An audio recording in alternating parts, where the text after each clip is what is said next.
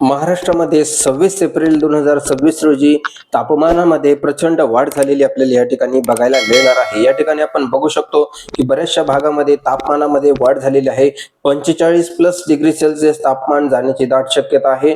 जळगाव भाग, धुळे भाग आपण या ठिकाणी बघू शकतो. तसेच नागपूर, अकोला, अमरावती, नांदेड, त्याचप्रमाणे चंद्रपूर, गडचिरोली, गोंदिया या ठिकाणी आपल्याला जबरदस्त तापमान या ठिकाणी बघायला मिळत आहे. बीड भागात आपल्याला 43, 44, 45 डिग्री सेल्सिअस तापमान या ठिकाणी आहे. मुंबईमध्ये 43, 44 डिग्री सेल्सिअस, नाशिकमध्ये 42 डिग्री सेल्सिअस पर्यंत या ठिकाणी जाण्याची दाट शक्यता या ठिकाणी आहे. अहिल्यानगरमध्ये सुद्धा आपण बघू शकतो. पुणे भागात, सांगली भागामध्ये आपण बघू शकतो. रत्नागिरी, गोवा, सिंधुदुर्ग या ठिकाणी सुद्धा आपल्याला तापमानामध्ये खूप मोठी वाढ झालेली आपल्याला या ठिकाणी बघायला मिळत आहे.